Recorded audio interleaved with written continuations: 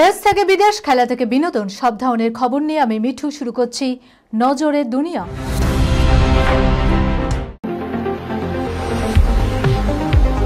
Prime diagnostic and polyclinic আধুনিক চিকিৎসা ও অভিজ্ঞ বিশেষজ্ঞ চিকিৎসকদের সুপরামর্শের সঠিক ঠিকানা। অর্থোপেডিক, জেনারেল ও ল্যাপ্রোস্কোপিক সার্জারি, স্ত্রী ও প্রসূতি রোগ, ইউরোলজি, কার্ডিওলজি, নবজাতক ও শিশু রোগ, জেনারেল মেডিসিন, সমস্ত রোগের বিশেষজ্ঞ চিকিৎসক এখানে বসছেন।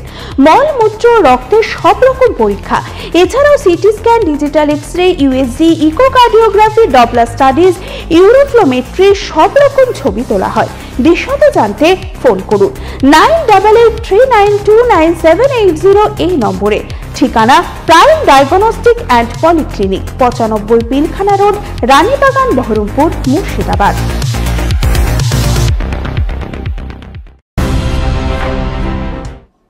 রক্তাক্ত ব্রিটেন, লন্ডনগামী ট্রেনের যাত্রীদের এলোপাথারি ছুরির কোপ, গ্রেপ্তার 2 সন্দেহভাজন।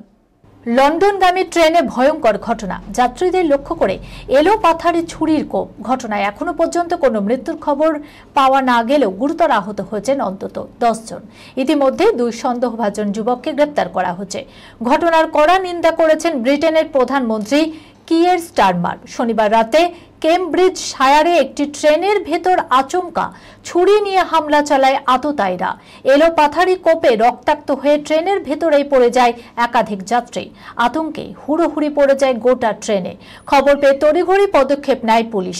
ট্রেনটিকে হ্যান্টিংডন স্টেশনে থামিয়ে দেওয়া হয়। এরপরই 2 সন্দেহভাজনকে গ্রেপ্তার করে পুলিশ। কি কারণে এই হামলা হলো তা এখনো স্পষ্ট নয়। ইতিমধ্যেই ঘটনা তদন্ত শুরু করেছে পুলিশ। ফের ভীষণ খারাপ পর্যায়ে দিল্লির দূষণ, রাজধানীর ঘুম ভাঙল ঘন ধোঁয়াশায়। ফের ভীষণ খারাপ পর্যায়ে পৌঁছে গেল দিল্লির দূষণের মাত্রা। রবিবাসরীয় সকালে দিল্লিবাসীর ঘুম ভাঙল ঘন কুয়াশার মধ্যেই। একদিকে ধোঁয়াশার ঘনত্ব, অন্যদিকে বায়ুর গতিবেগ একেবারে মৃদু, যার ফলে দূষণ ফের লাফিয়ে বাড়ছে বলে মনে করছে সিপিসিবি। বেশ কিছু অঞ্চলে দূষণের মাত্রা রয়েছে 400-র আশেপাশে, যাকে ঘিরে শঙ্কা বাড়ছে। এদিন সকাল 7টায় সিপিসিবির সমীর অ্যাপের হিসেব বলছে রাজধানীর এদিনের দূষণের মাত্রা 377, যেখানে শুক্রবার এবং শনিবারে গড়ে ছিল যথাক্রমে 218 এবং 233। সেখানে এক লাফে এতটা বেড়ে যাওয়ায় আশঙ্কার ছবি দেখছে রাজধানী। এর মধ্যে উত্তর দিল্লির ওয়াজিরপুর ও দক্ষিণ দিল্লির আর-কে পুরমের পরিস্থিতি সবচেয়ে ভয়াবহ। সেখানে যথাক্রমে 432 এবং 425 ছিল দূষণের মাত্রা। প্রসঙ্গত, দীপাবলির পর থেকে বিষাক্ত হয়ে উঠেছে দিল্লির বাতাস, তাই ক্লাউড সিডিং এর ব্যবস্থা করেছিল দিল্লি সরকার। আসছে কিং, জন্মদিনেই মহা সমারোহে প্রকাশ্যে এলো এই টিজার। অপেক্ষার পারদ চড়ছিল আগে থেকে। শাহরুখ খানের জন্মদিনের সকালে ভক্তদের অধীর অপেক্ষা ছিল কিং এর অ্যানাউন্সমেন্ট টিজারের জন্য। অবশেষে মুক্তি পেল সেই টিজার। প্রথমবার বহু চর্চিত ছবির ঝলক এলো প্রকাশ্যে। যেমন ভাবা গিয়েছিল এই টিজার, ঠিক তেমনই অ্যাকশনের জৌলুসে যথারীতি চমকে দিয়েছেন কিং খান। শাহরুখ খানকে এমন ঝকঝকে স্মার্ট লুকে দেখে ভক্তরা উচ্ছ্বসিত হবে ধরেই নেওয়া যায়। অনেকেই অনুমান করেছিলেন যে 2 নভেম্বর শাহরুখ খানের জন্মদিনে এই ছবির টিজার প্রকাশ করা যেতে পারে। এর আগে সিদ্ধার্থ আনন্দের সঙ্গে পাঠান ছবিতে শাহরুখ খানের যুগলবন্দি প্রত্যক্ষ করেছিলেন দর্শক। ফের সেই ম্যাজিক ফিরবে পর্দায়, প্রত্যাশা পূরণের অপেক্ষায় দর্শকরা। শাহরুখ খানের জওয়ান এবং পাঠান বক্স অফিসে তুমুল সাফল্য পেয়েছিল।